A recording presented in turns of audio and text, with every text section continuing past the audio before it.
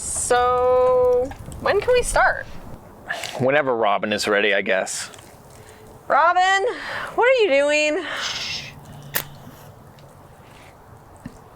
Do do do do do do do do. How did that look?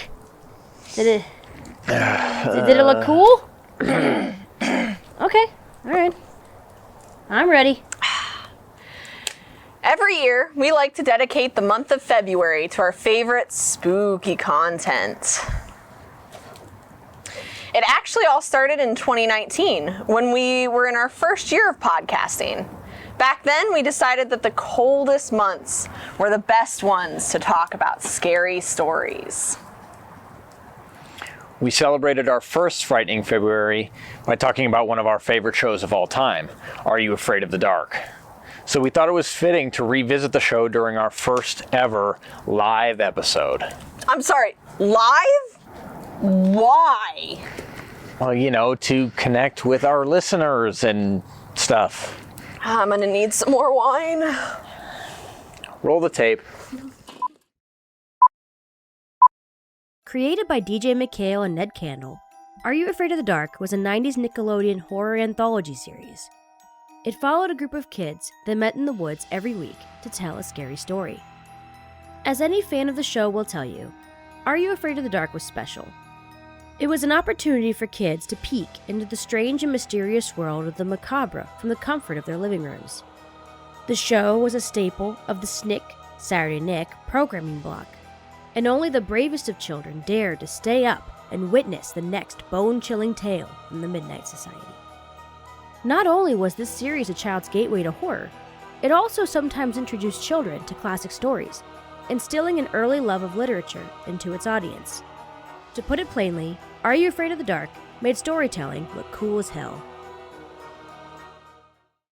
So tonight, we're gathering close and uncovering the stories behind 4 episodes of Are You Afraid of the Dark that provided young audiences with new takes on classic stories and folklore.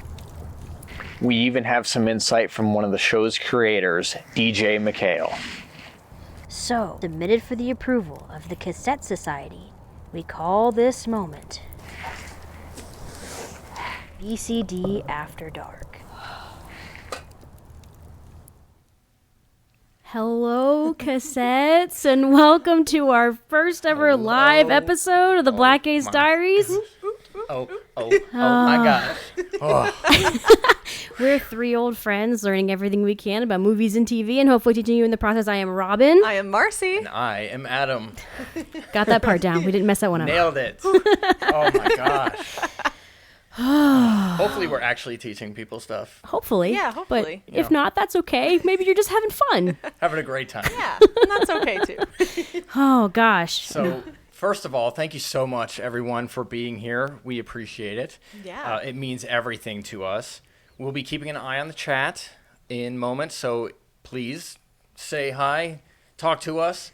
There is a bit of a delay between us and the stream, so we will get to the chat, but it may not be immediately.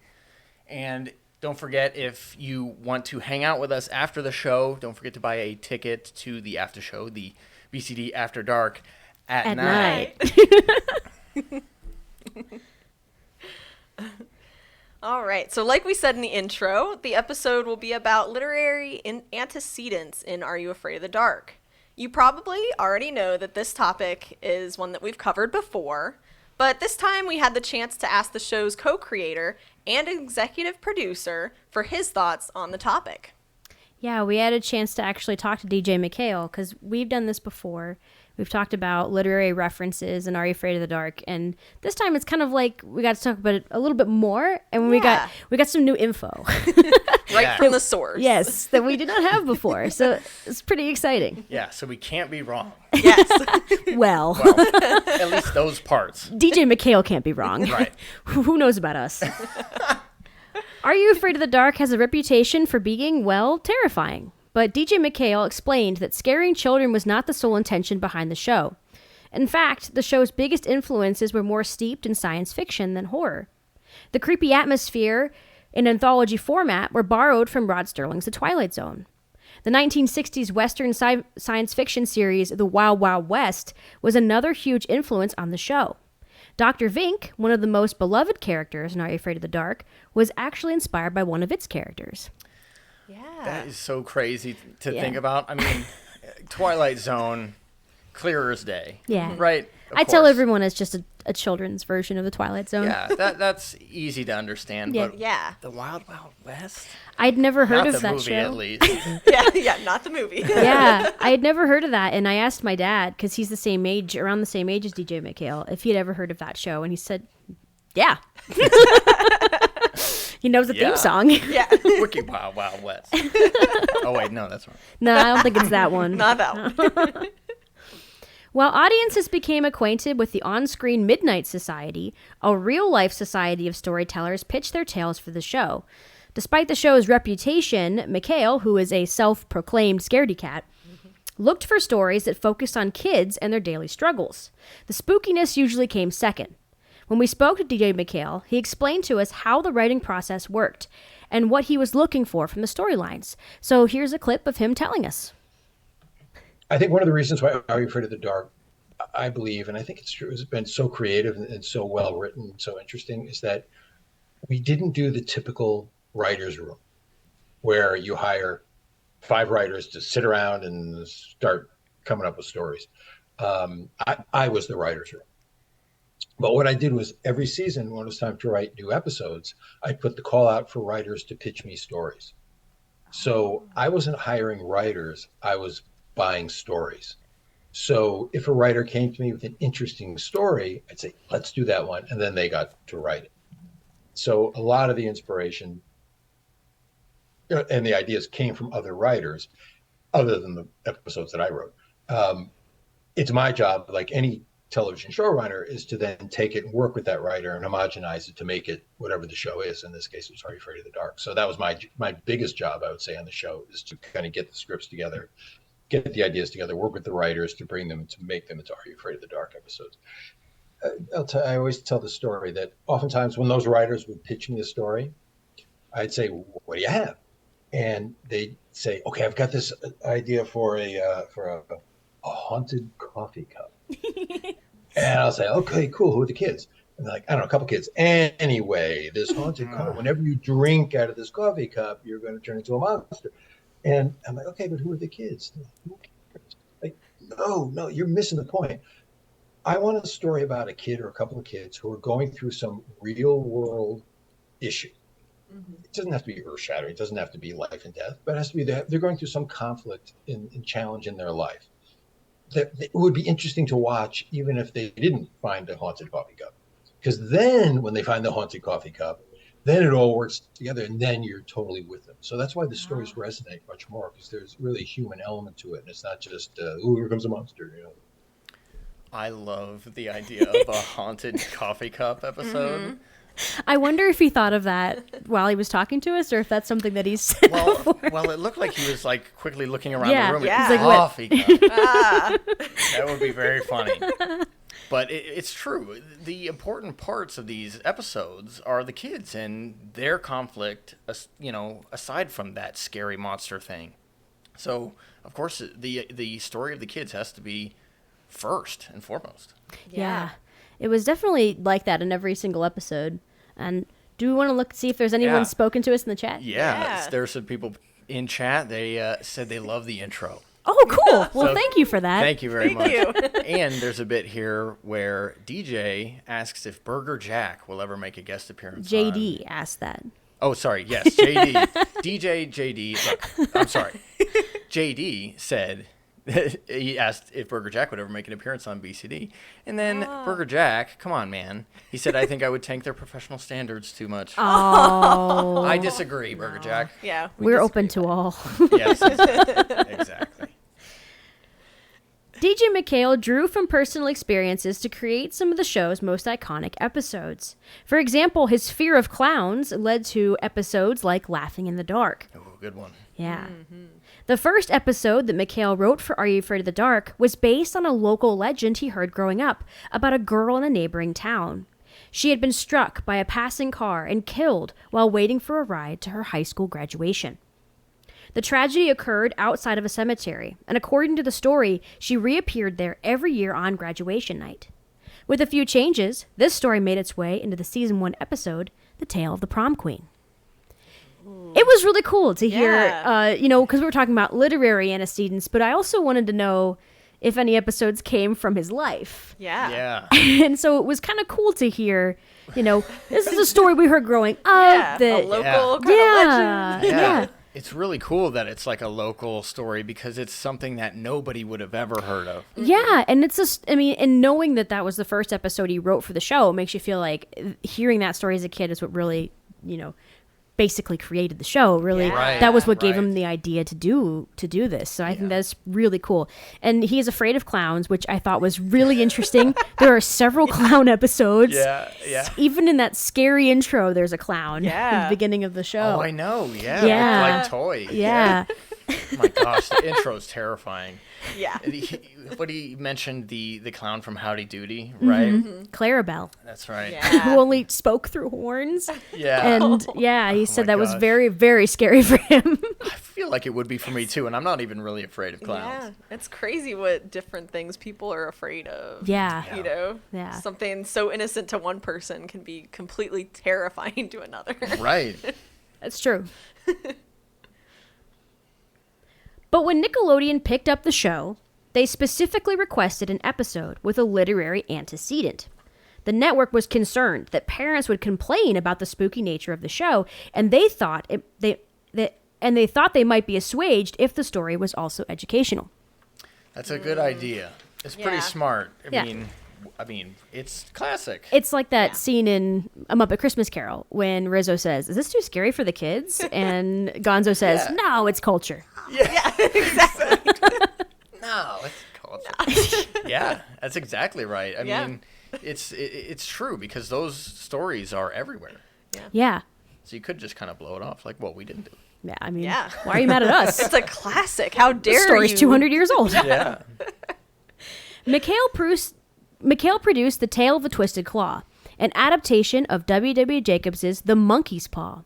This episode aired as the pilot episode of Are You Afraid of the Dark on October 31st, 1991. Wow.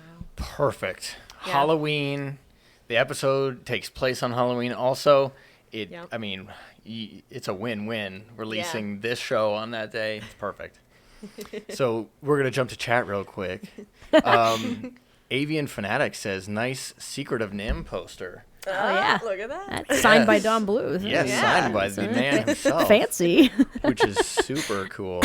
And Burger Jack says, some top-tier decorating skills. All As right. you can appreciate our lovely setup of all of our great Mostly movie so that stuff. we could hide behind Yeah, it. That so- was kind of the plan. Yeah.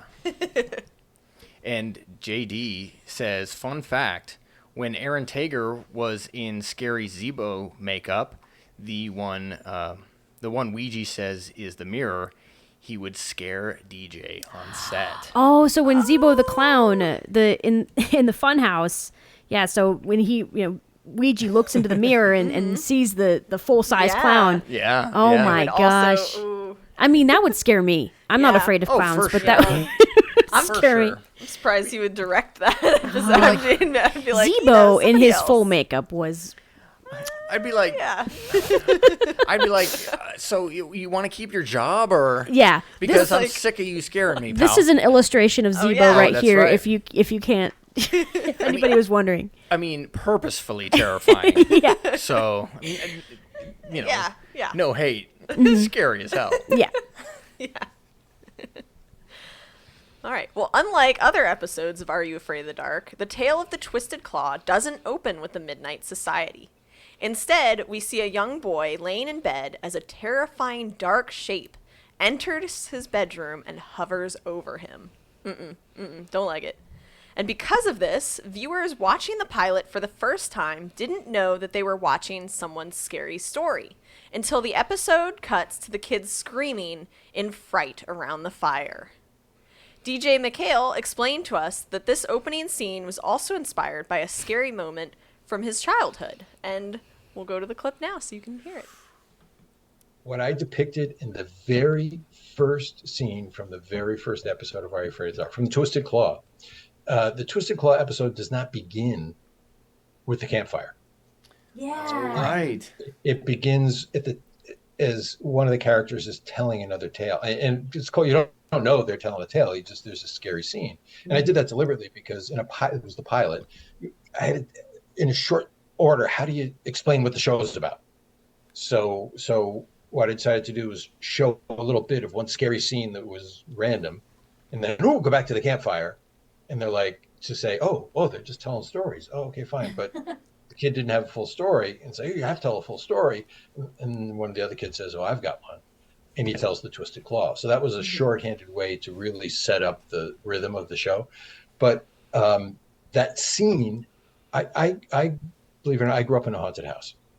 Oh. And there were a couple of incidents that were very real. But one of them was, boy, and I remember this, I was a little kid. I woke up like kids do, and I got in bed with my parents.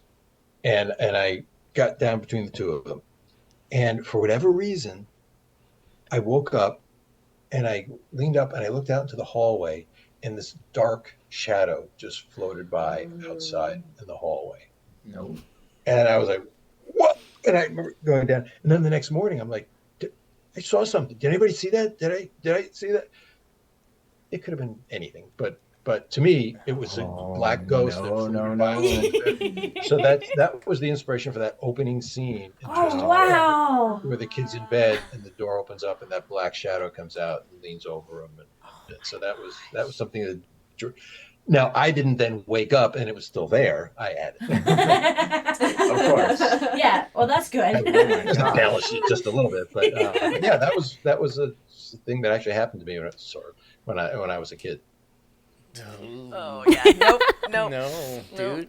Wow. Yeah. I thought it was really cool to hear him say that he grew up in a haunted house. Yeah. I would never have expected him to say something like that. Cool. No way, man. Living in a haunted house isn't fun. Oh, well. Maybe to some. How is it fun? Tell me.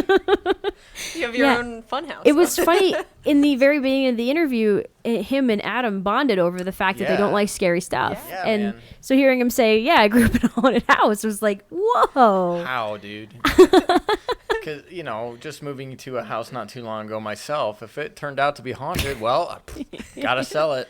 I ain't staying here. You're like, I'm cutting my losses and heading out. Seriously, Yeah. it'd be horrible. I mean, what's scarier than looking out into the hallway and something just walks by? Yeah. That's not supposed to be there. oh my God, right? No, Nope. no thanks. Cutting from a scary story to the kid telling it was a quick and effective way to introduce the idea of the Midnight Society before one of its members, David, tells the tale of the Twisted Claw. The story begins with Dougie and Kevin, two young boys out playing pranks on Mischief Night. They target Miss Clove, a woman who lives alone in a creepy house and is rumored to be a witch. After spraying shaving cream in her face, awful. Come on, the guys. worst. What? She knocks over a vase and the boys take off. A huge vase, too. Yeah. Yeah. Big A and huge expensive vase. and probably, very precious. Yeah. And she laughs ominously afterwards. Okay. Yeah. After the kids take off, she's like, "I'm gonna get these kids. Oh, God. Can't wait." The next night, while trick-or-treating, the boys return to Miss Clove's house. She pretends to not recognize them. They don't even really wear a costume. Yeah, they really don't. Their faces are clearly seen. And instead of offering candy, she offers up a wooden vulture claw. It's the claw of a vulture. Claw of a vulture.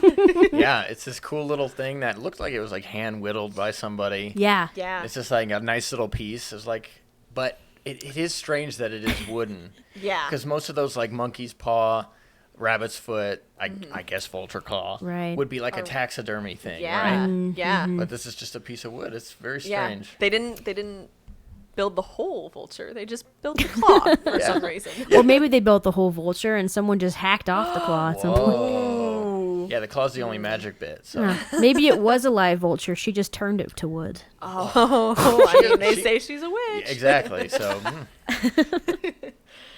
Interestingly enough, the box she keeps the claw in plays the Danse Macabre by Camille Saint-Saëns.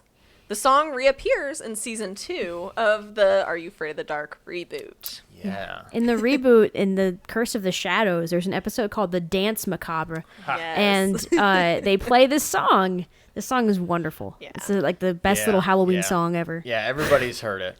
Yes. Yeah. Miss Clove explains that the claw will grant them 3 wishes, and she warns them to be careful what they wish for. The boys reluctantly accept the gift, writing her off as a crazy old woman. They could have just tossed it in the trash on their way out. There's so many Yeah. things they could have done instead of making wishes. Yeah, they could have done so many things. Right? Even if they didn't believe if it granted wishes, they like Yeah. it's just like if they didn't believe, then why even take it with them? Yeah. You know, it's just a piece of wood. They're just being polite. Bye. Yeah. I guess. Yeah. I mean, guess. they tried to refuse it like once. That's they were true. like, no, That's we true. don't want that. And she was like, oh, I insist. She knew they wouldn't be able to resist it, though. Yeah, that's The true. idea of wishes. The boys quickly discover that Miss Clove was indeed telling the truth, as each wish they made was swiftly granted, especially in ways they didn't like or expect. Each wish turns progressively worse, and when one of the boys accidentally wishes his dead grandfather alive again, the boys make one final wish that they never broke the vase, and all returns to normal. Lucky. Yeah. This is Happy ending. such a cool, suspenseful scene. You know, the kids are fighting over the claw, you know, trying to figure out the last wish, you know, and this presumed corpse is walking toward the house.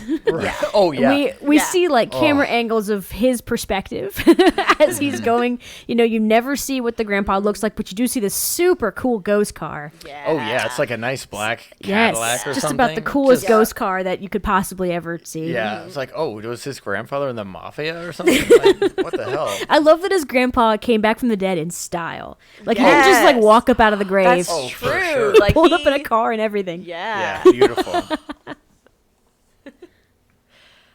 The episode was written and directed by DJ MacHale, though he used the pseudonym Chloe Brown as the writer, which is a combination of the names of his cat and a friend. Yeah. Isn't that cute? That's Yeah. adorable. That's so nice. Yeah, little kitty Chloe. Very cute. Imagine Chloe just at the keyboard. Oh yeah. The Monkey's Paw was written in 1902 by W. W. Jacobs. The story was very popular, with the first film adaptation as early as 1915. The story was considered to be a literary classic and has been referenced countless times in popular media. The story follows the White family, who receives the paw from a traveling soldier that came to dinner. Mr. White initially wishes for $200 and gets it as a consequence of his son's tragic and violent death while at work. I mean, for $200? I mean, Yeah. oh, goodness. He uses the second wish to hastily undo the first, bringing his mutilated son back from the dead and knocking at their door. Very similar to the Are You Afraid of the Dark episode. Oh. Very. Finally, he uses the last wish to undo the second wish. Yeah. So he's just kind of back where he started, except now he doesn't have a son. Yeah. It's pretty sad. I wonder if he still had the $200. No, probably not. Probably just burned that money. Like, I Yeah. don't want this. Take it. Yeah, like, I this wouldn't is- want it either. For real. Yeah. Oh man. Although the Monkey's Paw would carry on to influence popular culture, the story itself lifted the concept of 3 wishes from the Book of 1001 Nights. Jacobs also used the rule of 3, which dates back to ancient Greece. The idea that concepts presented in threes are easier to remember and more interesting to the audience with any other number. There we go. Yeah. That's why there's 3 of us. There was just going to be 2 of us, and then we tacked Marcy on. Oh, that's pretty right. much. I'm just kidding. Last second. I accept it. Last second. Or maybe there was 4 of us, and we just got rid of somebody. Ooh, you'll never know. Oh my gosh, could you imagine? We do have a 4th mic somewhere. Yeah. That's true. In terms of staying true to the source material, The Twisted Claw is a fantastic adaptation of The Monkey's Paw. Both stories follow a parallel structure and even incredibly similar final acts, featuring characters that wait in horror as an undead loved one approaches their home. The moral is clear in both stories. Be careful what you wish for. Just as the monkey's paw was created to punish those that attempted to alter fate, Miss Clove uses the claw to teach the boys her own lesson. Yeah, she has a very different idea of what lesson these kids should learn. Right? Because in the original story, they tell him that it's they're like, Yeah. you'll get wishes, but it's not going to be good. Yeah. And he's like, I don't care. I want $200. Right? Oh my gosh. Yeah. That's kind of how the story goes. Yeah. So, with her, it's different. The kids don't make the mistake of the wishes. That's not the mistake that they made. The mistake was, spraying Being horrible stuff to in her face. Yeah. Yeah. And then coming back for candy afterwards. Having the audacity. Yeah. I don't understand how any of the kids were able to do it. Like the night before, they're TPing trees and egging windows, everything. And then they're like, give me candy. Candy, please. Like, we know we were menaces, Like, but excuse me, kid. I don't think so. Like DJ MacHale said before, the stories in Are You Afraid of the Dark were about the kids first and the scary situation second. This is where the Twisted Claw differs from the original story. The boys were each granted 3 wishes, instead of 3 for both of them together, which allowed audiences time to understand who they were and what mattered most to them. One of the boys, Dougie, is having a difficult time accepting the death of his grandfather. The experience of the claw actually helps him come to terms with the fact that his grandfather cannot and should not come back to life. Yeah.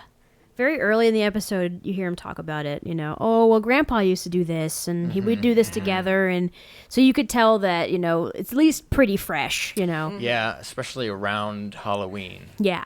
And this is, it's just kind of a cool way for us to know what the kids liked, and one of them things were he was a little more straight and narrow and wanted to do the right thing, and the other kid was more about like, let's see how we can get this claw to work for me. Yeah. I want to be popular. I want to win a race at school. Yeah. Oh And my gosh. maybe injure a child in the process. Whoops. Yeah. The Twisted Claw also has a much happier conclusion, as one of the boys uses his last wish to fix the vase they broke in the beginning of the episode, effectively erasing all other wishes. In both stories, the final wish undoes a foolish mistake that the characters make at the beginning of the story. Yep. yeah. Yeah. So, if you have a monkey's paw, tough nuggets, you can't go back. Don't use it. But if you have a vulture claw, a twisted claw, Twisted claw. you might be okay. If you're Yeah, smart. might be fine. Yeah. Yeah, You totally. just got to be smart about it. Yeah, exactly. Just just wish you never did the thing that made you get the claw in the first place. That gave you the claw. That's Yeah. right. Yeah. That's right. Okay, let's peek at chat real quick. Yeah. What are people Oh saying? man, All let's see if I can right. scroll up. Can I scroll up in chat? Oh my goodness. I don't know if I can. Oh, no. Oh no, really? Come on. Hold on just a second. Yeah. Give us a This is the moment. beauty of live things. That's right. That's right. Yeah. We're looking. Oh, Haunted Coffee Cup tipped $5. Thank you so much. Oh, thank you. Would you rather watch a scary movie in the theater or drink only Dr. Pepper for a week? I think I know who Haunted Coffee Cup is. Oh my gosh. Two of Adam's worst nightmares. I think in a theater, a scary movie in the theater. I might. Whoa, no. Drink Oh, wait. only Dr. Pepper, like you're not allowed water either. All right, I think I'd have to stomach the movie. I'd have Yeah. to sit through the movie and be terrified for like about 2 hours, probably, right? Yeah, you might be a little terrified later, depending how scary the movie is. Yeah, Yeah. but Dr. Pepper is so gross. If you drink Dr. Pepper, just don't, man. Yeah, I like But it. it has I don't 23 delicious flavors. It's delicious. 23 bad flavors because they couldn't decide on which junk they wanted. Oh, It's man. bad. It's bad. If you can't tell, Adam does not like Dr. Pepper. Adam does don't. not like Dr. Pepper. I saw a comment earlier from JD about Miss Clove in the Twisted Claw. Yeah. She was married to Aaron Taker, who is Dr. Vink. And Dr. Vink was a recurring character that we're going to talk about really soon. But yeah, in real life, those two were married, Miss Clove and Dr. Cute. Vink, which I think is really, really sweet. Yeah. Sweet. So thanks for mentioning that, JD. Yeah. Burger Jack says, I did not see that coming. I guess he expected me to drink Dr. Pepper. Oh, okay. So, well, all right. it's just that bad, man. Sorry, not sorry. Well, some people really like Dr. Pepper. People aren't liking this Dr. Pepper slander, so maybe we should move All on. right, well, Yeah. I'm the weird one, apparently, so I like it. it's Yeah, fine. Same here. If you like here. it, you can be on your merry way. So we're going to talk about the next episode on our list here. Yeah. And it is The Tale of the Midnight Madness. The second episode we're covering tonight is from the beginning of Season 2. The Tale of the Midnight Madness. Oh, yes. Whenever we think of episodes of Are You Afraid of the Dark that were based on literary antecedents, this is a especially spooky vampire episode, always comes to mind. This is the vampire episode. Yeah. If you can't remember the title, this is the one with the really scary vampire Yeah. that slowly walks around the theater. Yeah. Oh, Just comes after you. But when we spoke to DJ MacHale, he explained to us that even though this episode was inspired by a familiar story, it wasn't the story that we originally thought. Yeah. It's not. I mean, it's Surprising. You mean it's not every vampire story ever? This horrifying tale is told by Frank, the bad boy of the group. The story follows Pete, a teenager working in a historical theater called the Rialto. The name Rialto refers to a medieval covered bridge in Venice that served as a type of entertainment district for the common man. There are many theaters called Rialto for this reason. That's where the name comes from. Yeah. It's pretty cool. All over the place. The true place for the common man to go see their movies and get their popcorn that's too expensive. Because of low attendance, the theater is in danger of closing its doors. One day, a strange man named Dr. Vink arrives with a proposition. He guarantees the manager that his film, a silent vampire movie called Nosferatu, the Demon Vampire, will fill his theater with people. There's only one catch. In exchange for showing his movie, Vink wants one night a week to show his other films. It seems reasonable. Yeah, totally. That's Yeah. a totally reasonable thing to ask. To everyone's surprise, the Rialto's audience loves the movie, and it appears that the theater is saved. Oh, my goodness. Yay! But when Vink returns to cash in on his bargain, the manager refuses. This cockroach of a man right here. I mean, He yes. says, "Look, pal, Listen, we get real movies now." bro, this movie saved your theater. Yep. Yeah. You telling me that You're just gonna not continue playing the movies that saved your like theater? obviously it's working. Later on, Pete, the kid in the episode, falls asleep while screening the movie. When he nods off, Nosferatu turns toward the screen and walks through to the other side. And probably the most terrifying scene in Are You Afraid of the Dark history. Oh yeah. Yeah. One of, at least, yeah. He wakes to discover that he and his coworker / crush, Katie, are now trapped in the theater with a bloodthirsty vampire. Pete lures Nosferatu back into the movie and defeats him by exposing him to sunlight. After all seems well, Vink returns to alert the staff that he now owns the theater, and there are a lot more movies where this one comes from. You know, one thing that I wasn't sure about at the end of this episode, maybe you guys have an idea. Do you think that he was kind of implying that he's only going to be showing his movies now? Oh, maybe. Maybe. Yeah. Because before he was like one night a week. And Yeah. then you can show whatever you want for Yep. the rest. Yeah. I think he was saying, yeah, now that I own it, I'll do whatever I want. Exactly. Yeah. Now you don't get a choice. He Yeah. probably is going to fire that theater manager, though. Oh, for sure. I mean, that was also probably why he laughed evilly at the end. Absolutely. And like- your job is done. Yep, bye. That was your decision. Yes, and I have much more monsters to unleash in this theater. Oh, dear. Yeah. We check in the chat. Oh, Yeah, we'll take a peek at chat Yeah, let's just take to a see peek. what's going on. Yeah. Alex says, I would rather the movie than drink Mr. Pibb.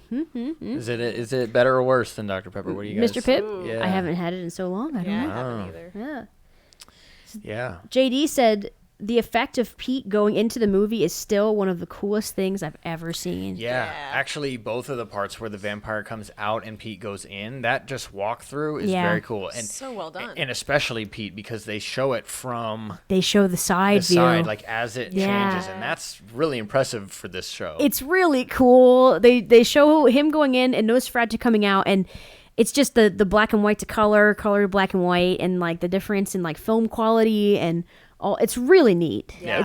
It's really, and it looks so real. And I remember this being the episode when I was a kid that was like, this one's a little scary. This is the one that Yeah. you show to people. Yeah. Yes. Most of them didn't scare me this much, but this one, Yeah.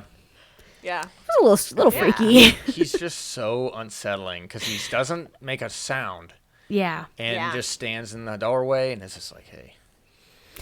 You Yeah. ready to die right now? And he's the creepy, slow-moving Yeah. villain. Oh, and yeah. like Yeah. we've said before, if something's after you and it's not in a hurry, that is bad. That is a bad sign. Yep. The tale of the Midnight Madness draws from Dracula and references the 1922 film Nosferatu. But the story that actually inspired DJ MacHale to write the episode was, surprisingly, the Pied Piper of Hamelin.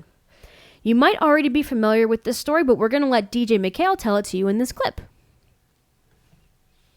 There's an episode that has a literary antecedent, and it's not the one that everyone thinks it is. Oh, okay. Not that they're totally wrong, but Yeah. it's not what the story was based on. And I'll tell you what the original story was. It's I was about to say it's still called, it's a fairy tale called The Pied Piper of Hamelin. It might be a Grimm's fairy tale. I don't know. Yeah. If it wasn't, it should have been. And that story is, there's a town called Hamelin, which I think is supposed to be in Germany or someplace in Fantasia land. And it is overrun with rats. And they can't get rid of the rats. No, they can't get rid of the rats. So this Pied Piper, whatever that is, this guy comes to town with a magical flute. And he says, I can get rid of your rats. And all it's going to cost is whatever, 30 pieces of gold, whatever. And they're like, yes, fine, good. You whatever you want, you got it. So he goes in and he starts playing his flute, and all the rats leave the town and they follow him out of town. And I believe, the different versions of it, I believe they like all jump off a cliff into the water. Rats are gone. Yay. Yeah. So people are like, yay, no more rats. So the Pied Piper comes back and says, okay, where's my 30 pieces of gold, whatever. And they're like, ooh. No. We don't have 30 pieces of gold. And he's like, oh. Well, as payment, rather than 30 pieces of gold, I'll take your children. So he starts playing his magical flute again. All the kids in town follow him and leave the town. And I think in the original, like the Grimm fairy tale version, if assuming it's Grimm, but the original, I think the kids go into the drink Right. and, Yeah. and they're gone. I remember a movie that was made out of this, probably in the 50s, that I saw, haven't seen in 50 years.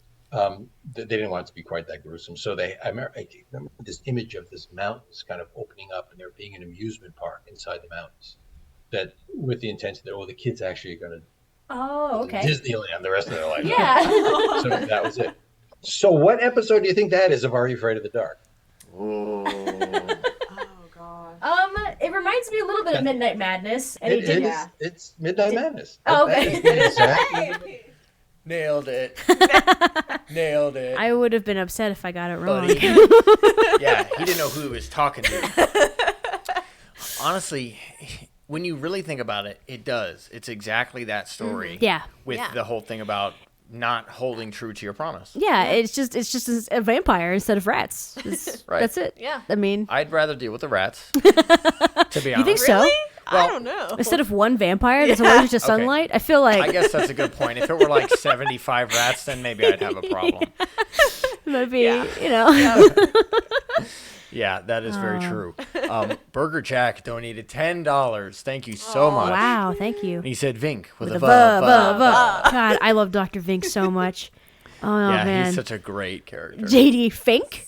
Nope, not No. Fink. Vink. And he's not crazy. He's not a nutbag. That's right. I think it was Alex also said that the Dr. Vink Criterion collection would be lit, and Oh my I gosh. agree.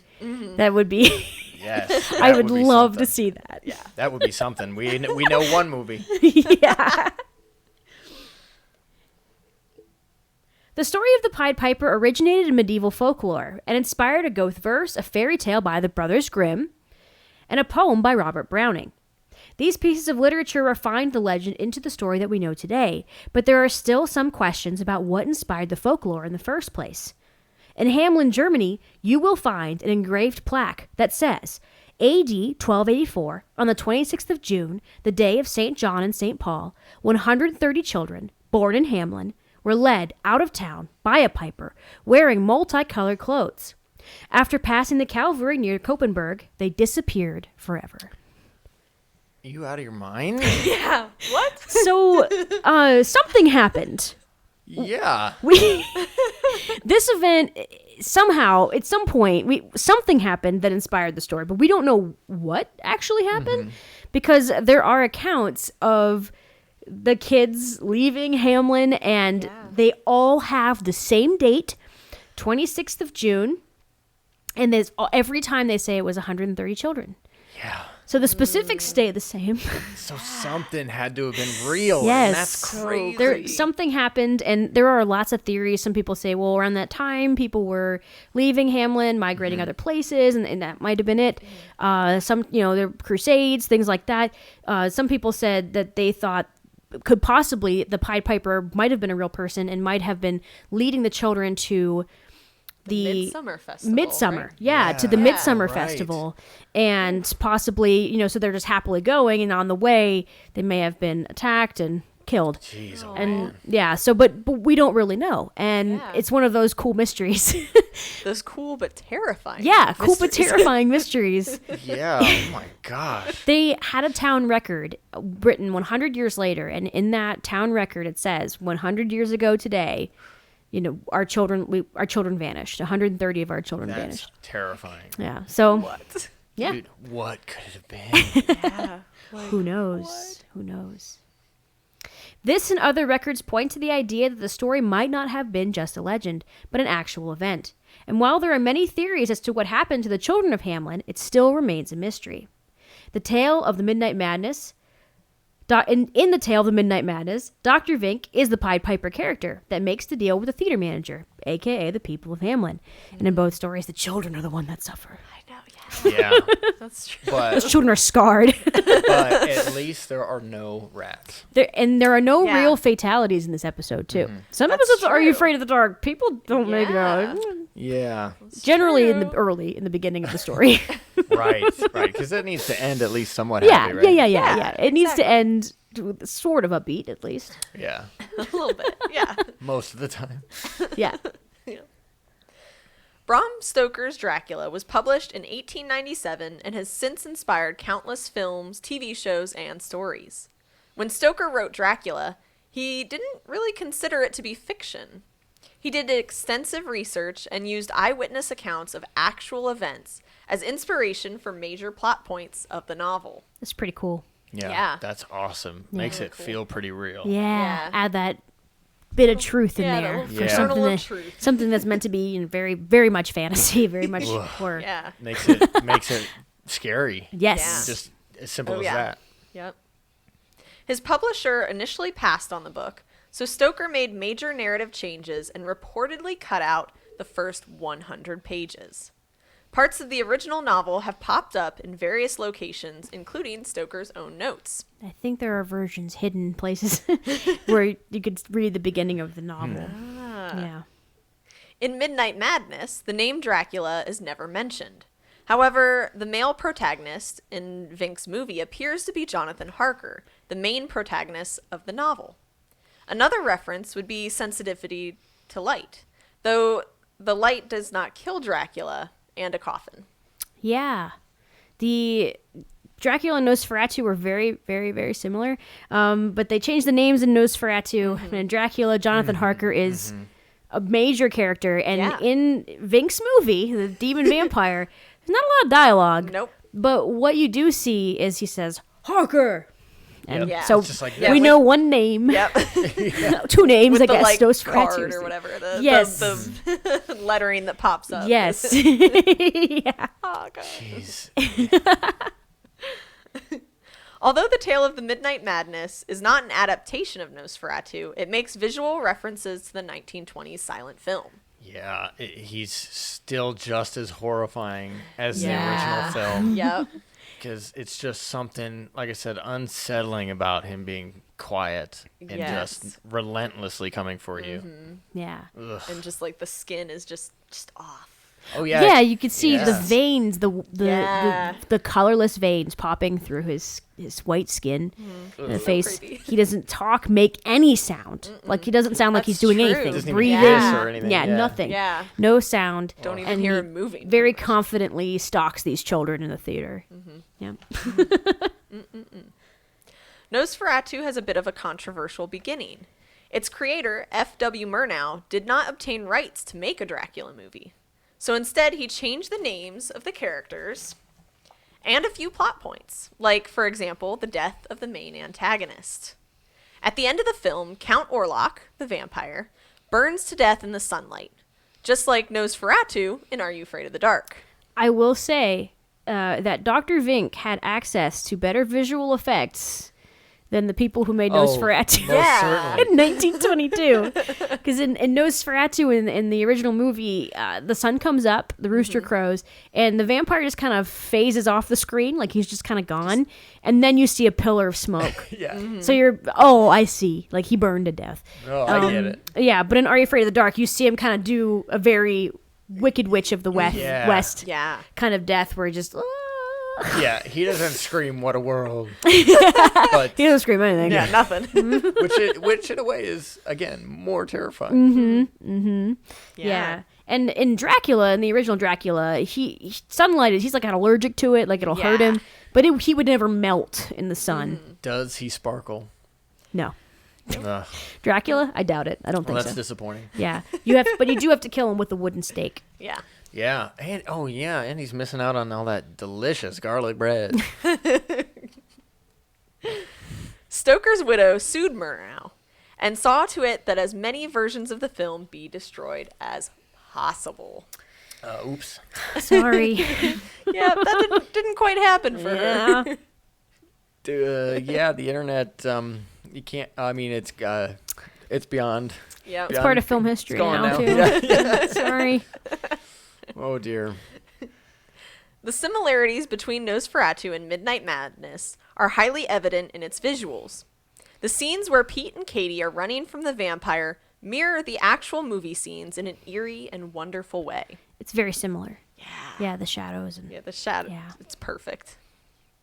The shadows Nosferatu casts along the wall, his long white fingers as he reaches for the door, and even the reactions from Pete and Katie are all reminiscent of the film. yeah.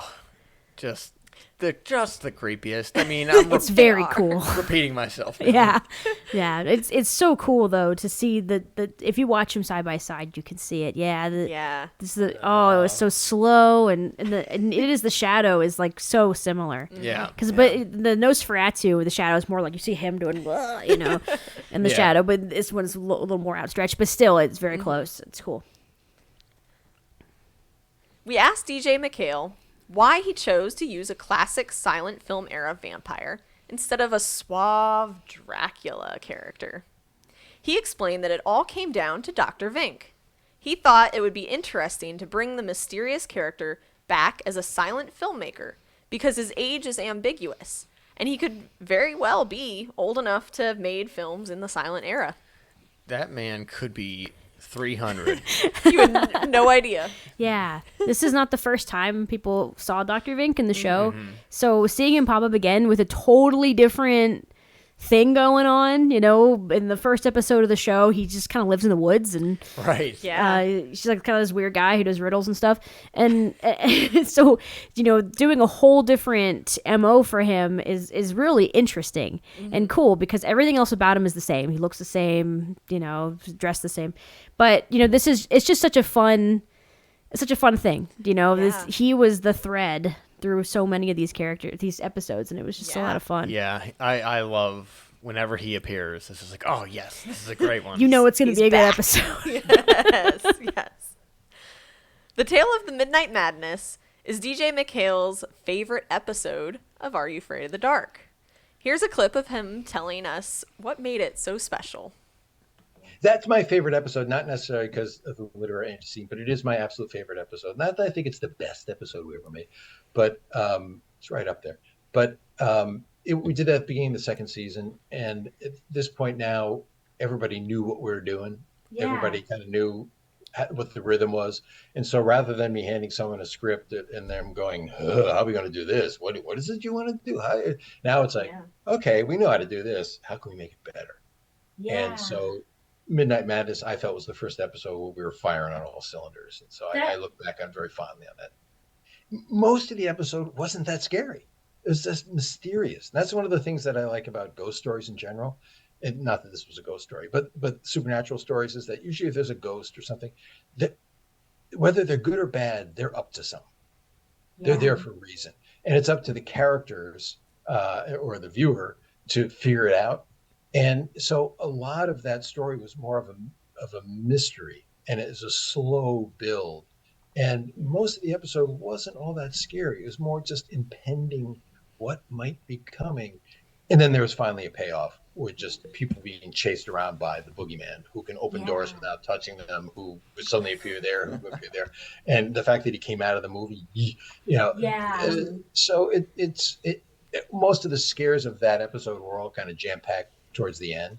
But there was a slow build throughout, that anticipation of what's going to happen. It's like we said before, it's a question of what do you think is going to happen as opposed to what actually does happen. Yeah. It's a great build-up. It's a great suspense that does pay off. Yeah. But, it builds up a lot, and it's a great idea because that suave vampire is going to have way less of that suspense. Yeah. The build-up in every scary thing I watch is my favorite part. Yeah. My favorite part. I love scary movies before the scary thing happens. I don't know why. There's a special electricity about it, like an energy, because you know something's scary. I mean, you know that you're watching a scary movie, so you're waiting for it, and just like your imagination is on high alert. Yeah, I love it. It's really cool, and this episode really drags that out super well, and kind of distracts you with some good humor, and makes you think like, oh, maybe everything's gonna be fine. No, right? Oh my gosh, no. So if we take a peek at chat again, Let's do it. Yes, JD says, Robin, making us proud with the Are You Afraid of the Dark knowledge? And that's right. And Haunted Coffee Cup says, I choose Robin for trivia. And also, Marcy has to play. He said so. No. Yep, you have to play. See, Oz asks, did all three of you watch Are You Afraid of the Dark when you were younger? I did. I don't know if you could tell, but yeah. Yeah, definitely Robin did. When I was a little bit old, I was younger, but not young. High school, young. maybe. Like high school was probably when I started. Yeah. I was eventually shown the show by this one here. But I will say that when I was younger and I was just watching Nickelodeon, no, I didn't. Very, very deliberately did not watch the show because when the intro would come on and it would be the spooky stuff, I'd be like, nope, time to flip to Cartoon Network. Yeah. Because I still am not that big a fan of scary stuff. I've definitely gotten better because I can handle some things, but there's a limit, and I didn't have much of one back then. I do think that the intro is scarier than the show itself. Yeah, I agree. I mean, true. In some ways, yeah. Yeah, I think there's something very mysterious about the intro of the show that's really... But yeah, I watched this as a kid mostly because of my older siblings, and, they watched it first, and we would tape it off TV, and we watched this as much as possible. We'd watch it in the summer, and my dad told me that him and my mom really appreciated the show because the house was finally quiet when, all of us would watch it, pile in on the couch and watch it together, and they got a chance to hang out in the kitchen or something. Yeah. And they knew everything was okay because we're all watching Are You Afraid of the Dark? Yeah. Doing something safe. Yeah.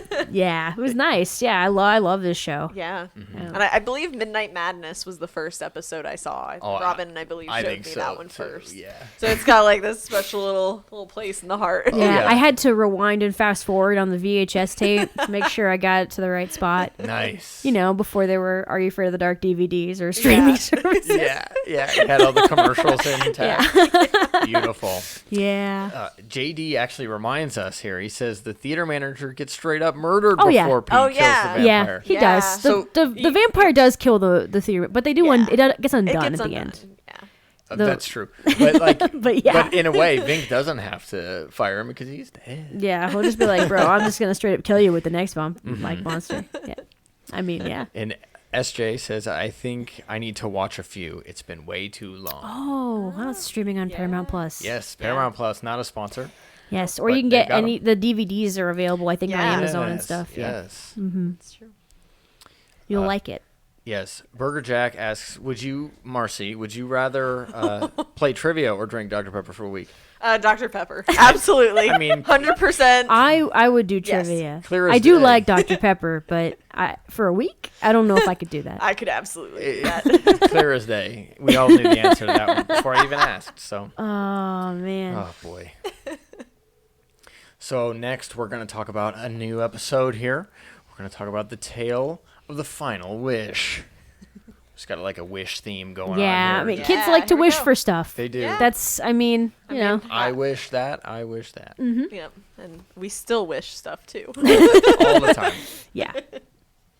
When DJ MacHale and the rest of the Are You Afraid of the Dark crew finished filming Midnight Madness, they immediately started another episode that heavily featured literary references, The Tale of the Final Wish. Told by Kristen, this tale is about a young girl who loves stories and soon finds out that living a fairy tale doesn't mean she'll get a happy ending. No. Nope. Most Nope. fairy tales don't have happy Yeah. endings. They're all a warning. Right. The Tale of the Final Wish not only draws inspiration from many fairy tales and stories, but it also directly references them by showing the books or recognizable characters. Yeah, the first couple episodes we talked about, they were a little more subtle with like references and, you know, being an adaptation. And if you knew those stories, then you were like, oh, no, I totally get that this is a reference. But if Right. you were a child and you didn't, you know, Yeah. it didn't really matter. This episode relies on the audience knowing that these stories exist and, Yeah. you know, showing you things about them and stuff like that. Yeah, and it's cool how it shows you that other side of fairy tales, right? Yeah. Because, you know, when you hear fairy, you think like Tinkerbell, right? You think of happy things. Yeah. But that's not really what a fairy is. No. I mean, not all the time. No. Generally, like, I mean, yeah, in lore, fairies can be so many different things. Yeah. So many different creatures. And some of them are good and helpful. And some of them will steal your children in the night. And you just don't know, like, No what idea. you're going to get when you open a fairy Yeah. tale. Yep. So Or like in the labyrinth, they bite you. Yeah. Just Yeah. little things yeah, even. you know. Who knows what you're going to get? The episode begins with Kristen reading the Grimm brothers' fairy tale, Faithful John, which is, Yeah. oh boy. She, in her accustomed way, is wearing an outfit that evokes the story that she'll be telling. Kristen reminds the audience that fairy tales are generally far darker and more terrifying than people assume. This is likely because fairy tales were written as warnings, and the characters generally meet harsh consequences for the sake of the story's morals. Yeah. Yep. It's so interesting how so many fairy tales, it's like that's not the story that you know isn't the one that originated. It was the original story Yeah. and stuff like that and all the different versions. I know back in like the late 90s, there were so many people who would always talk about like, oh, you like this Disney movie? Well, here's the real story of this. And it's like always horrible, right? Yeah. Yeah. I mean, And I mean, Yeah. it's true. yeah. Yeah. Kristen tells the story of a young girl, Jill, that loves fairy tales, but is starting to blur the lines between reality and imagination. Her family and friends tease her for liking fairy tales, believing in boogeymen, and not growing up fast enough. These are not her friends. These are mean people at school. People. Yeah. Yeah. I think that what stands out to me about this episode is how mean everyone is to her in the beginning. Yeah, it's a little rough. Yeah. Unnecessarily mean. Yeah. Literally everybody. They just don't want to let her like fairy tales for some Yeah. reason. Yeah. Oh, you like a thing? Well, screw you. Yeah. Yeah, I mean What? that Yeah. happens a lot when you're, you know. I guess so. Yeah, if it's not the popular thing. Look to at this like. nerd. They're passionate, you know. Oh, yeah, they have passion. They still have some soul left. Let's Yeah. crush it. Oh they my need God. to grow up. My gosh. One night after her brother scares her, she clutches one of her books, The Sandman and Other Stories. She makes a wish that dreams could come true and that everyone would leave her alone. To her surprise, this is exactly what happens. Uh-oh. Whoops. Be careful what you wish for. Yep. There it is. Sounds Claw kind of a of vulture. Yes, exactly. Sounds pretty similar. Oh, yeah. The Sandman, played by comedian Bobcat Goldthwait, of all people, pulls Jill under the bed and spirits her away to the land of Nod. He tells her that he has granted her wish by putting everyone in perpetual sleep so she can live in her own fairy tale. She can live in her own fairy tale in peace. To defeat the Sandman and bring everyone back to the world, Jill smashes his hourglass. But even after Jill successfully brings everyone home, the Sandman's book reopens to reveal that he could still come after her. It's one of those the end Question mark? type of stories. A lot of episodes end like this. Yeah. With Yeah. well, it's not really over. Use This your is, imagination. this is where we'll stop, but there's more. Terrifying. I mean, absolutely terrifying. And even the shot of her being taken under the bed Yeah. is Yeah. terrifying. This isn't like one of the most scary episodes, I would say, but the part where she gets pulled under the bed is very scary. Yes. Yeah. She sees some rustling under her bed and she checks and it's a grown man. Terrifying already. A grown man is under her bed. Excuse me? Horrifying. Yeah. So she runs away and then she gets pulled in and she's holding onto the doorknob and she's holding on for dear life and then she loses her grip and it just gets pulled in and that by itself I think is just a very scary scene. It's Scary imagery. Yeah. Just the idea that well, where's she going? She's gone. Yeah. They cut to her kind of falling down this CGI-ish kind of well thing. It's like a rabbit hole kind of Alice in Wonderland. That's not as kind of scary. thing. But before that, when she's being pulled under, that's Yeah. yeah. It really is. There are many little nods to fairy tales, such as the Evil Queen from Snow White, the Red Queen from Alice in Wonderland, and the Witch from Hansel and Gretel. DJ MacHale explained to us how he chose which stories to feature in the episode, and we're going to show you in this clip. In that case, I mean, the driving thing of that episode was the girl who wanted to live in a fairyland, who wanted to live in a dream. She wasn't growing up. So when it came to, and then the antagonist was the Sandman. So that was easy enough. So who knows? I don't know what the Sandman is. Is there actually a story about the Sandman? I don't know. But it was about her being in bed and dreaming. I thought, oh, Sandman. So that kind of came together. As for the other stories that represented, it really came down to iconic visions. A Queen of Hearts who is going to chop off your head. The evil witch is going to give you the poison apple. The witch is Hansel and Gretel is going to shove you in the oven. So it was more about the image that I used as opposed to the story that was behind the image. Though most people, you see them, you know it right away. It's like when she says off your head, like, oh, it smells good. So that's how I picked all those. It was more about iconic images rather than stories. When you have to tie all these things together, it's probably a good idea. Yeah. Because pulling all these iconic in their own way fairy tale characters, it's like, well, you already know. Yeah. You already know who that is and what Yeah. they're about because everyone knows them.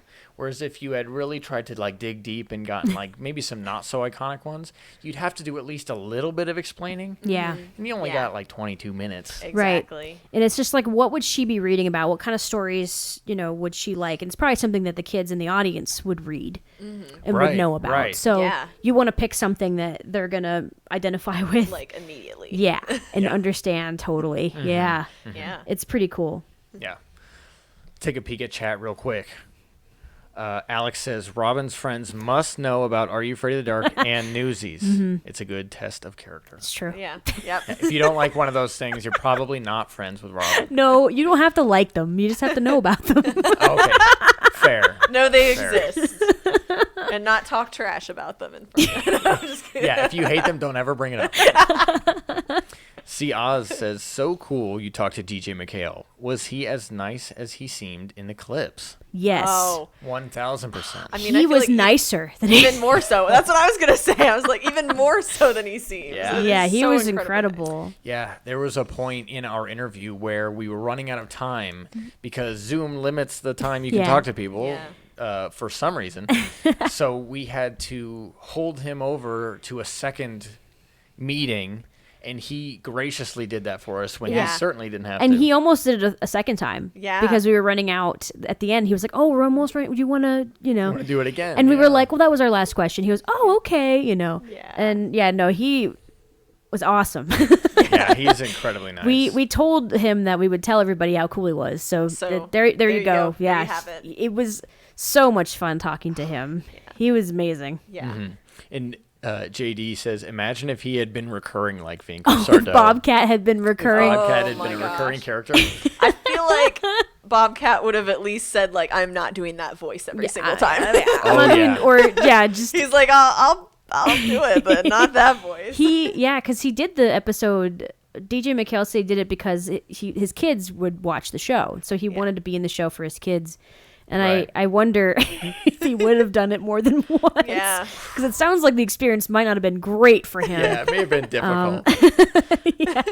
Which we'll get to very soon. Yeah. And then Burger Jack says, you don't have to like them, you have to love them. In reference to Newsies. Newsies and Are You Afraid of the Dark? And in some ways it's true. Yeah. Because we will be watching them if you come to like parties and stuff.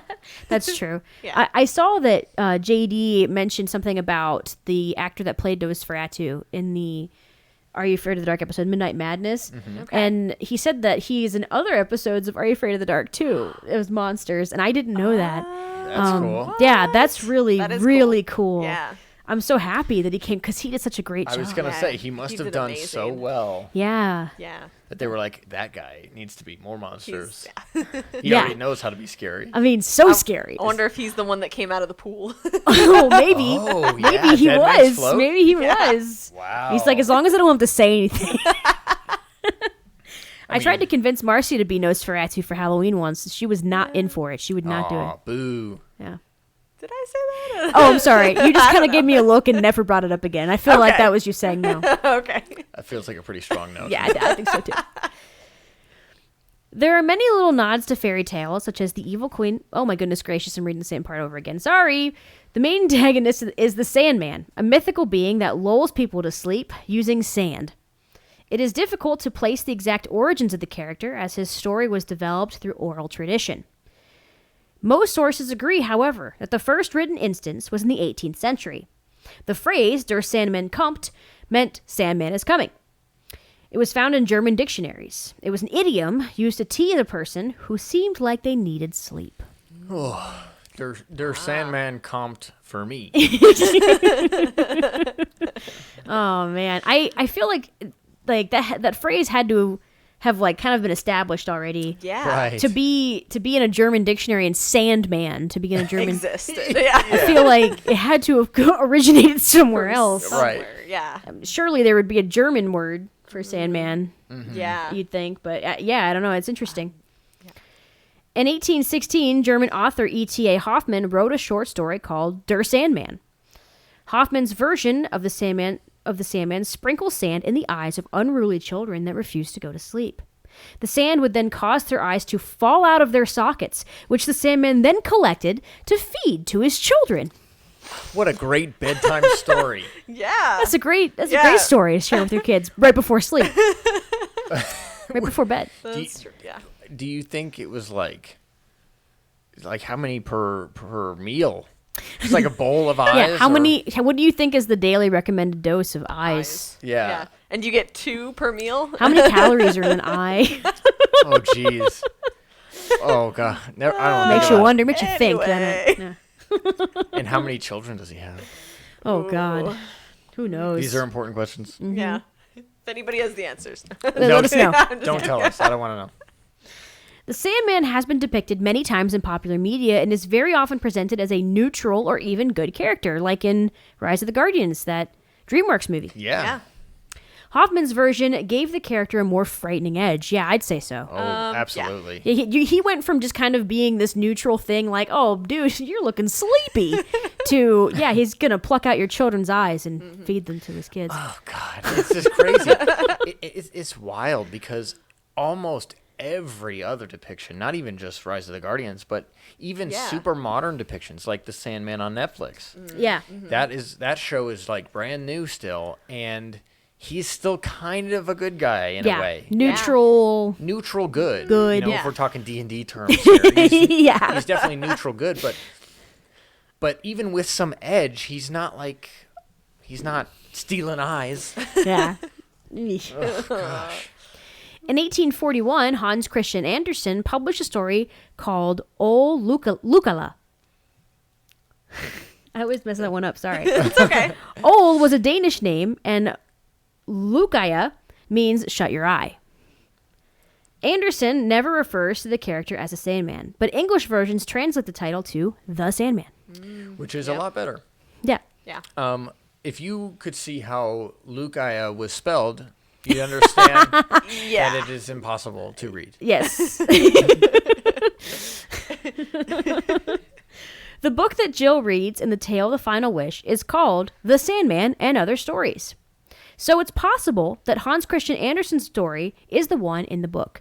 Might be the one that she was reading. Yeah, makes the most sense. Yeah. I mean, the Sandman didn't seem like he was, like, being real nice to her. Yeah. I mean, he wasn't, like, trying to get her eyes or anything. But, like... But he wasn't, like, nice. He wasn't, like, being friendly. Yeah, they don't call him the nice man. Yeah. He's the bad guy. Ol Lukaya, the character, is dressed in silk pajamas, much like the Sandman in the Are You Afraid of the Dark episode, and carries an umbrella. Mm-hmm. He visits a young boy in the story, bringing him dreams, though early translations do not mention him sprinkling sand. The story explains that good dreams are given to good children. The story ends with the Sandman character introducing his brother, Death. Death only appears once to a person and never lets them wake again. Do you think he sprinkles, like boulders instead?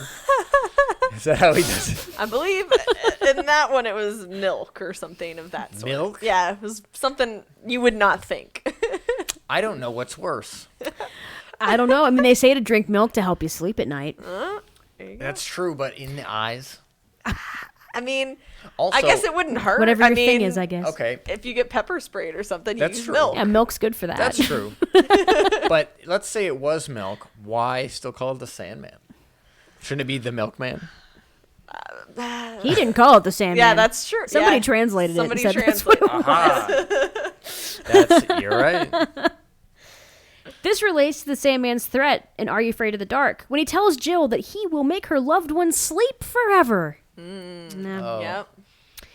DJ MacHale had a lot of fun writing nonsensical rhymes and limericks for the Sandman to recite, but comedian actor Bobcat Goldthwait had a difficult time remembering his lines. Here is DJ MacHale talking about it right now. Bobcat Goldthwait, I don't know if you know who he is, and it's my own fault that so much of the dialogue that I wrote for him was just this nonsensical, silly stuff. And it's hard to remember all that stuff. Mm-hmm. I mean, when you're doing actors are doing dialogue, usually when one actor has a line, it usually tips off what the other actor's supposed to say. How are you? I'm fine. Yeah. Nice weather. I do. You know, it kind of make your mind. Well, his things were so random and whatever. And the poor guy was having such trouble remembering, and he was trying so hard. And he puts on that voice. He's kind of talking like this, and he was just shredding his throat. The poor guy. my gosh. But then, of course, the little girl who's a sweetheart who was in it, who's not a little girl anymore. But you know, she still has all her gray cells. So she's like, okay, now I say this, and then you say that, and then she would repeat the whole thing. And he's just like, Wow. But it was fun for me. It was fun writing these nonsensical Yeah. limericks that he said. Just I didn't have to memorize them. Poor Bobcat. Yeah. He was trying. Yeah. And this little girl giving him trash. Oh, man. One of the poems that he recites is The Land of Nod by Robert Louis Stevenson. The stanza, he says, is, "The strangest things are there for me, both things to eat and things to see, and many frightening sights abroad till morning in the land of Nod." Oh, man. That's a good little poem. It is. Yeah. I want to jump over to chat real quick, All right. if you don't mind. I don't. Yeah. Nope. Are you sure? So, JD says, go to sleep or you'll lose your eyes. I mean, it's pretty Yes. strong incentive Solid Yeah. advice. And that is why I sleep a lot. just to be safe. Just to be safe. Yeah. Exactly. Yeah, Don't it's want to all- lose my eyes. Yeah. They already have trouble, so. I'll allow that excuse. Alex says, fun fact, the Brothers Grimm are responsible for starting the first German dictionary, but died before they finished. That's awesome. Oh, what? Wow. That's so cool. That is crazy. Yeah. I didn't know that. I wonder if they're the ones that wrote Der Sandman kommt. Probably. Probably. Oh, it's possible. So where did they get Sandman from? We'll see. Yeah, I don't know. I don't have know. No idea. Yet remains to be seen, actually. So. Yes. And then Burger Jack, thank you for buying some stickers. Yay. We Yeah, appreciate that. If anyone else wants to buy some stickers, we got some. Yeah. And you're welcome to them. We Yeah. appreciate it. The poem The Land of Nod appears in Stevenson's A Child Garden of Verses and imagines the place we all go when we sleep. The phrase Land of Nod appears in a few different places. In the Bible, it's the place where Cain went after famously murdering his brother. This makes sense because nod in Hebrew is the root of the verb to wander. Oh, wow. So Okay. he's just endlessly wandering now. Yeah, so to go to the Land of Nod in the Bible is like, yeah, he's wandering, he's straying. Not a good place to be. Nope. Yeah. The phrase became known as a state of sleep because we all tend to nod Yeah. when we drift off. But the first known user of the phrase with that meaning was satirist Jonathan Swift. He considered the phrase to be a cliche, which means that it likely had been in use for many years prior. So he wrote a book making fun of cliches, and this was in it. And they think that that was the first time that the Land of Nod, referring to sleep, was it was the first time that was written down. But I mean, obviously, it was around for a while before Yeah. that. It must have been used orally. Yeah, the he's oral making fun of tradition. it. So yeah, Yeah, it and must have been something everybody was saying back then. Yeah, God, I'm tired of hearing it. Yeah, now. Yeah. tired of this newfangled slang. He Like, said. Right. What? And Burger Jack says, look, I just wanted some stickers. I don't know why it told the whole world. You know what? I'm glad it told the whole world, Yeah. Burger Jack. It reminds others. Now we can thank you for Yes. Yes, thank you so much. All right. So far, we've talked about 3 episodes that were inspired by pretty well-known stories. But the last episode we'll mention tonight probably has the most famous source material of them all. Can you guess? Well, it's the tale of the Midnight Ride. Can you guess? I Can will give you guess? no time. I will give you no time to guess. Well, yeah. No. Sorry, I won't even give you a chance. Yep. It's the tale. We of the don't have minute. time. I can't believe it's the last one we're talking about already. Can you believe it? Aww. Our time has Blitzed gone by. by. I know that went right by really quick. But don't wish for it to go back. It would go wrong. Yeah, Oh, yeah. that's what we've learned We've tonight. learned. Yep. Yeah. Season 3 of Are You Afraid of the Dark starts out strong with the introduction of Tucker, Gary's little brother. Tucker has to tell an initiation story to be accepted into the group, and he delivers a tale based on Washington Irving's The Headless Horseman of Sleepy Hollow. Like The Twisted Claw, this story is a pretty straightforward adaptation. Yeah. Yeah. It's pretty straightforward, but also we know it like they're telling us it's an adaptation, which is Yeah. pretty Right. cool. Yeah. Yeah. Midnight Ride follows Ian, a teenage boy who just moved to the New York town of Sleepy Hollow. The Halloween dance is coming up, and when he asks a girl named Katie, Ian becomes the target of ridicule from her jealous ex-boyfriend, Brad. Oh man. What a jerk. Bad dude. news, Brad. Yeah. Brad, you're already her ex, man. Yeah. You don't have any authority over her anymore. Nothing. But just go ahead and leave. It's true. Yep. After the dance, Ian walks Katie home. In the woods, they come across a mysterious man, which he might sound like a little bit like Mr. Ratburn from Arthur. That's the guy who plays Mr. Rapper. Ooh. They say the woods might be. Haunted. Sorry. Perfect. Perfectly done. They give directions to the Bridge of Souls so he can find his way home. After the man disappears, Katie goes home and Ian heads back to the school to get his bike. So in this version of Legend of Sleepy Hollow, this adaptation, they kind of add this special little thing where they say that Ichabod couldn't find the bridge, and because he didn't find the bridge, he didn't cross it in time, and that's why the Headless Horseman got him.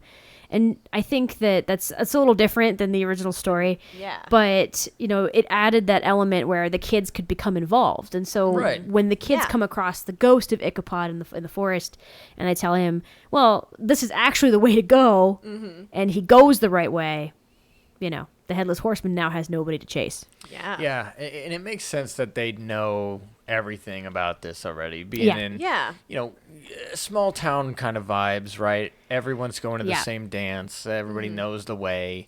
They all know the story of Sleepy Hollow and the Headless Horseman, right?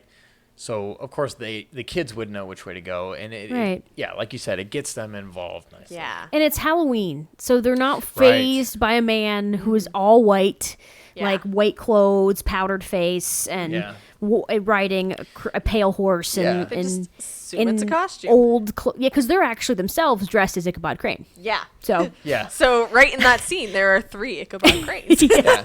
It's like, wow, can I stop you for a minute? Let's trade some, costume tips. You look great. you look awesome, dude. Like, dang. Oh. While Ian is at the school, he discovers he's being stalked by the real Headless Horseman. And he must find a way to cross the Bridge of Souls before he, too, loses his head. Yeah. Oh, man. He would have gotten a cool pumpkin, though. Yeah. So it might have been worth it.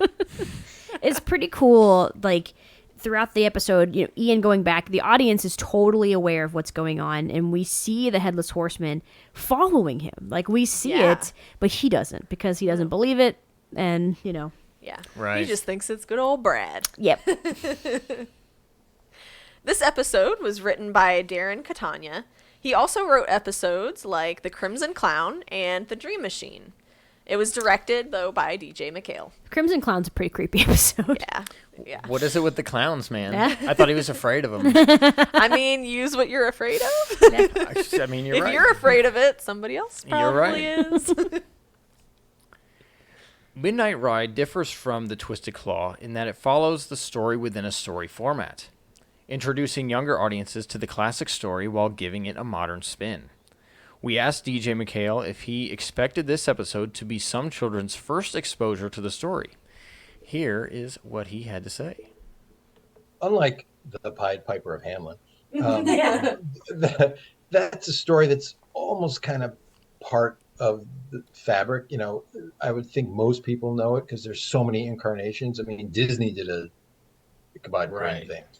So it's one of those things that I felt that if you didn't know Legend of Sleepy Hollow, didn't matter.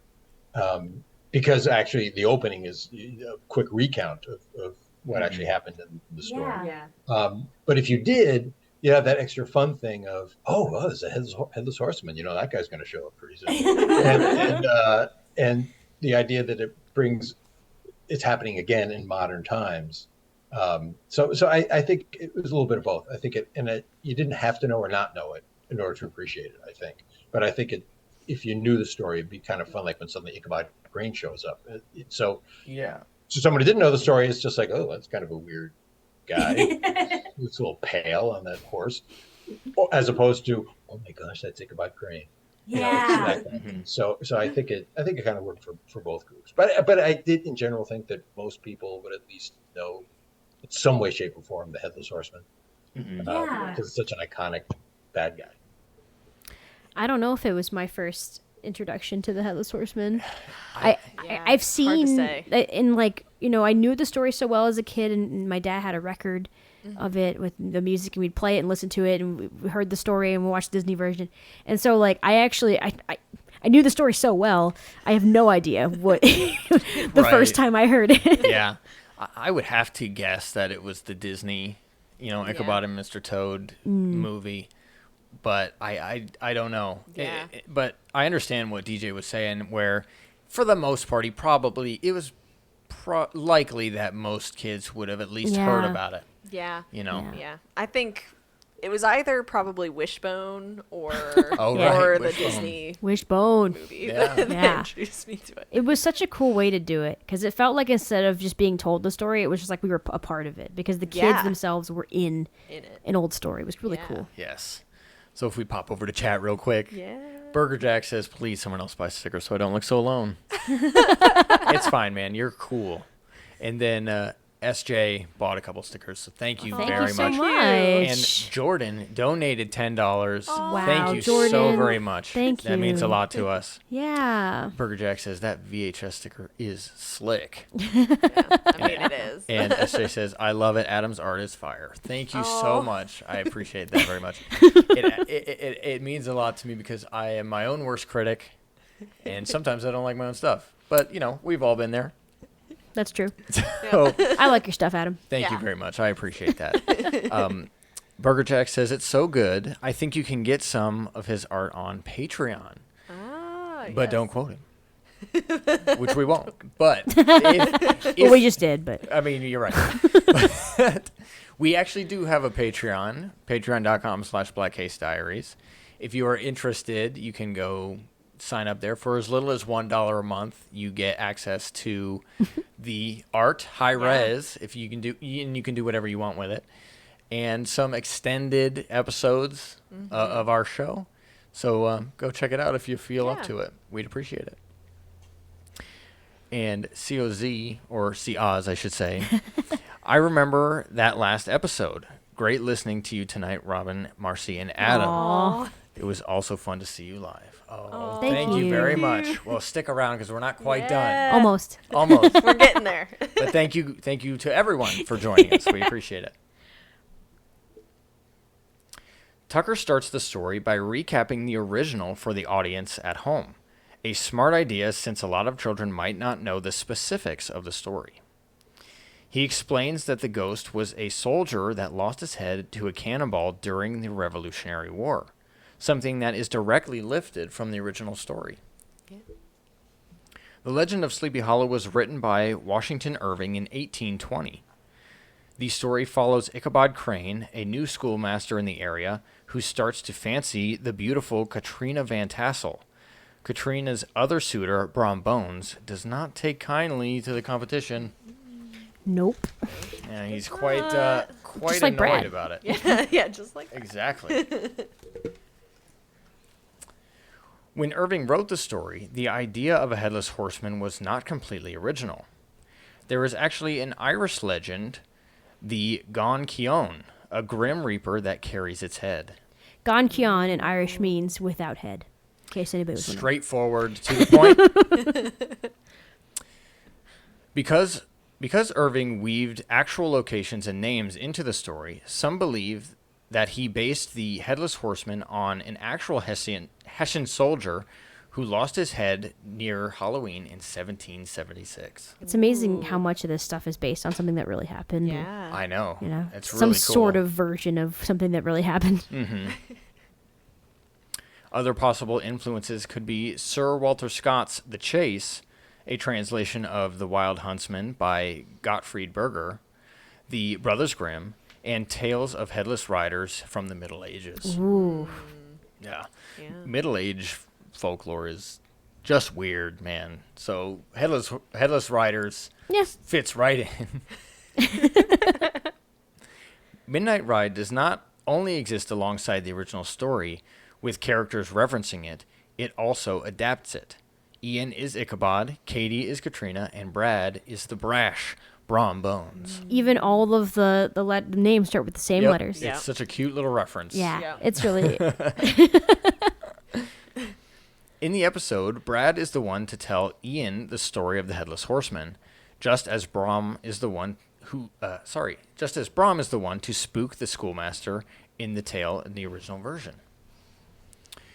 The episode also follows the lore of the Bridge of Souls, the one bridge the horseman cannot cross. When the horseman crosses it in Are You Afraid of the Dark, the audience gets to see him vanish in a cloud of fire and smoke. It's so cool. Really cool.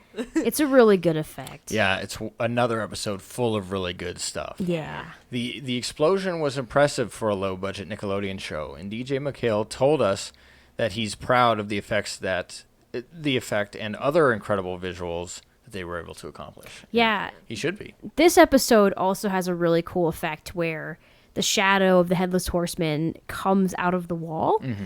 And that scene is very, like, it's just a cool scene. The Right. whole thing about it, it's very suspenseful. And Ian goes to see, well, what's casting the shadow on the wall? And he goes, and nothing's there. Mm-hmm. And he goes, say what? Because it's 1993. And, Yeah. and then the Headless Horseman comes out of the wall. And it's such a cool effect. Yeah. Yeah. The key difference between the original Legend of Sleepy Hollow and the Midnight Ride is the definitive existence of the Headless Horseman. In Irving's story, he leaves it up to the reader to decide if Ichabod was indeed spirited away by the Headless Horseman, or if he was killed, or possibly run out of town, by Brom Bones. Yeah, I prefer to believe in the Headless Horseman. It's a little more fun. Myself, Yeah. I think that's a little more fun, but I do think that in the original story, it's like, oh, it's up for interpretation, but it really kind of leans more toward Brom Bones was responsible Yeah. for what happened. But I do think that it's way more fun, and I love that this episode created this whole lore of every Halloween, these people reenact it. The ghosts of Ichabod and the Headless Horseman reenact this event. That is so cool.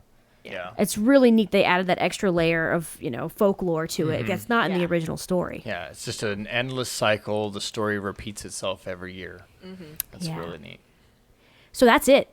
Those are the Yeah. episodes that we're talking about Oh my tonight. gosh. And we got to the end, and we have some stuff to wrap up here, but Yes. that's that. Yep.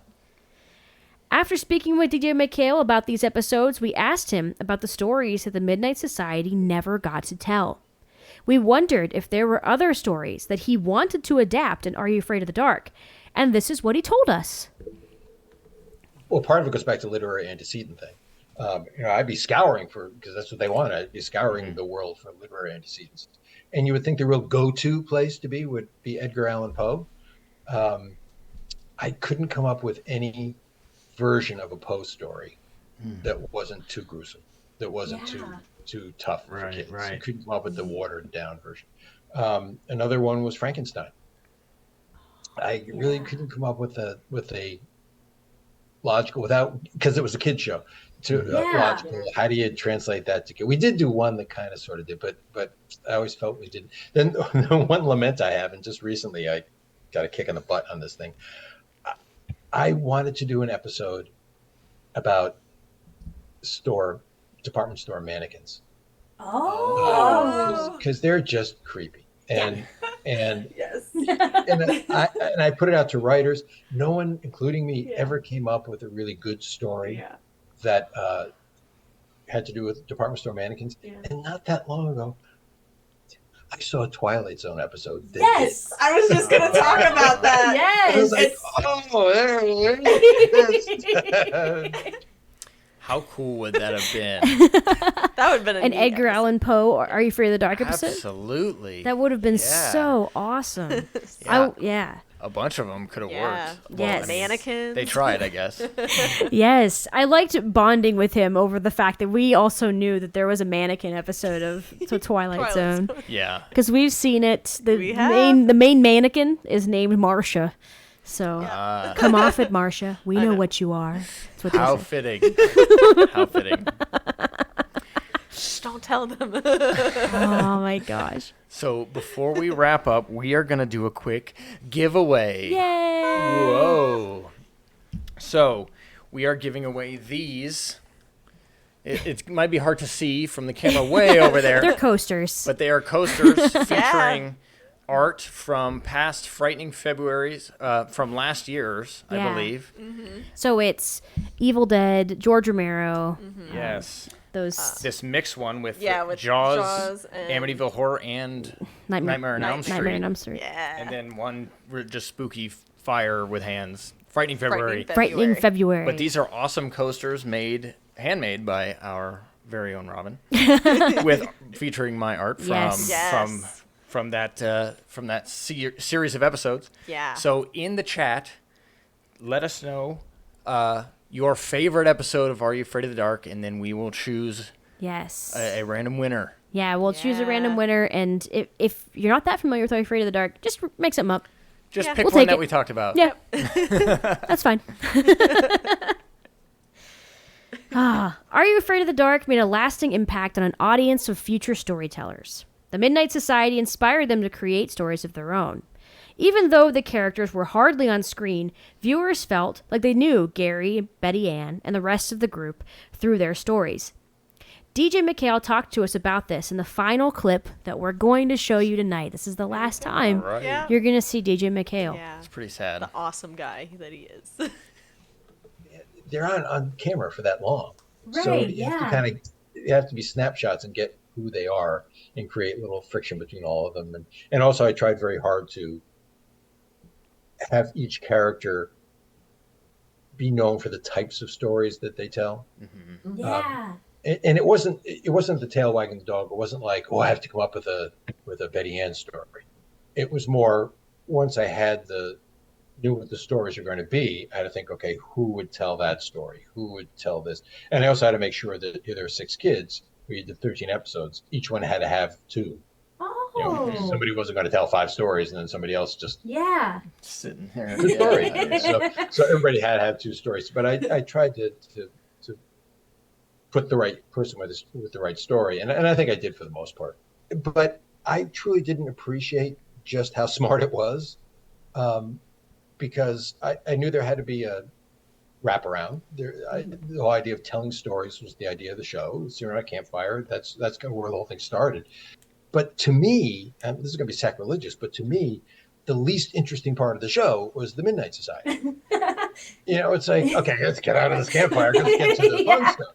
But they were also the link that was in every episode. That's what we had. No continuing characters. They were the continuing characters. So people really hung on to them, and they did like the Betty Ann stories or the Frank stories or whatever it happened to be. So it's actually kind of funny. A lot of times I see interviews where those actors do some interviews because they're the iconic. They are the cast. Yeah. But the reality is, they would come on for a week and a half, and we'd shoot them all at once. And we'd do one campfire in the morning, one campfire in the afternoon, and boom, they were gone. So that's all they ever did was sit there. They had nothing to do with the rest of the making of the show. But that's not what viewers want to see. They're like, hey, remember that episode you were in? They're like, yeah. So it's not like they have a whole lot of fun stories. Remember we were in that cemetery and the thing fell down? No, they're just like, back in the forest again. Here we go. But they were so instrumental, so critical to the success of that show because they're such good kids, and they're in every episode. They were the continuity, and they ended up being much more important than I ever really even expected they would be. So that's pretty cool. They were so important to the show, the Midnight Society. And I remember watching it with my siblings, and the episodes would start, and we would be like, how much do you think they get paid? They're only in 1 minute of the show. Right. But it felt like they were there the whole time. Yeah, they were the connection. They were what everyone related to. Yeah. It was really neat. And I remember, my siblings, like my sister Rachel, saying things like, well, I like Betty Ann's stories because, she always, and so, him saying, well, I tried really hard to connect the stories to the storyteller. It's really neat because it's like, we saw that. We recognized that. We, and Dr. Vink that was Frank's character. So he was only in Frank's stories. Yeah. And Sardo was Gary's character. And he was, and so it was really neat to, just hear him talk about that because it's like, it's definitely what we got from the show. Absolutely. Absolutely. Different if it wasn't that way. Oh, have connected as well. I'm seeing some of these favorite episodes and they're really good. Some excellent choices. Yes. Dangerous Soup, JD. Ooh, that's my dad's favorite episode and it is fantastic. That is another Vink episode. It's very good. Yes. Oh my gosh, Midnight Madness is really good. Mm-hmm. Oh my gosh. Dead Man's Float is one that is one that people are just terrified of. That's Myself included. That's one that people say is like the scariest episode. Is Yeah. Dead Man's Float. That's the one. The monster is just. I mean, They mwah. did so well on Yeah. that costume. Perfect It was monster. Absolutely. So amazing. Orange and just things dripping and dripping off gross. of it. Oh. Oh, it's creepy. Oh my gosh. Silent Servant. That is not one I expected to see on there. Oh. But yeah, Jordan said the title is Silent Servant, and oh my gosh, what a good one. Yeah. That one is a really creepy, weird one Yeah. where the scarecrow comes to life. Ah, Oof. it's good. It's a sleeper one. Yes, it's Yeah. a really good episode. All right. Oh, Alex just donated $5. Thank you. Thank you so much for Thank doing you that. so very much. Yes. All right. So we are going to pick our winner here. Here we go. And the winner is Jordan. Jordan. Oh my gosh. Jordan, There you go, Jordan. congratulations. You win Yeah. these 4 awesome Oh. tile coasters. Thank you so much. Handmade. Beautiful. Email us at blackcasediaries@gmail.com with info. And we'll get these sent to you right Yeah, away. we'll make sure Yeah. they get sent to you for sure. Congratulations and That's thanks. really cool. Thanks everyone. Yeah, thank you for saying all your favorite episodes too. And Yeah. I'm so yeah. JD said I have the same favorite episode as Robin's dad. I already win. Well, There you go. In a way, yes, because that man has impeccable taste. yes, he absolutely. really He does. does. My dad's the best. All right. And with that, we bring this meeting of the Cassette Society closed. Whew, close. That was pretty good. Yeah, not too bad. Not too bad. Close enough. We've had worse ones, Oh, much worse ones. No, they're usually perfect. especially rehearsing for this. We want to thank all of you for joining us tonight. We especially want to thank DJ MacHale for spending time with us and answering all of our questions. And it meant so much to us that you guys watched us tonight. It was really, Yes. really nice having you Yes. Oh my and gosh. interacting with you. It was really cool. Yes, thank you so much. Yeah. We appreciate it so much. Thank you for your donations. Yeah. The stickers purchases, we Yeah. couldn't thank you enough. If you want more, blackcasediaries.com. Yeah. It's all there. Yeah. If you want to be a patron, that'd be swell. Yeah. You make this possible. And the patrons that we already have. If you are a patron, yes, you make this possible. We hope you learned something about Are You Afraid of the Dark? Yeah. Yes, because we are hopefully teaching everyone. Hopefully. Hopefully. But So. if you didn't, at least maybe you had fun. Yes, yes. So now we'll be taking a quick break. But if you have a ticket to the after show, stick around. We'll be back to talk about some movie theater snacks and then maybe some behind the scenes stuff, answer some questions, all kinds of stuff. So if you have a ticket, don't go anywhere. But if you don't have one, I don't think it's too late. You could snag one You could snag one right to now. join the after show too. So don't go anywhere. We'll be right back.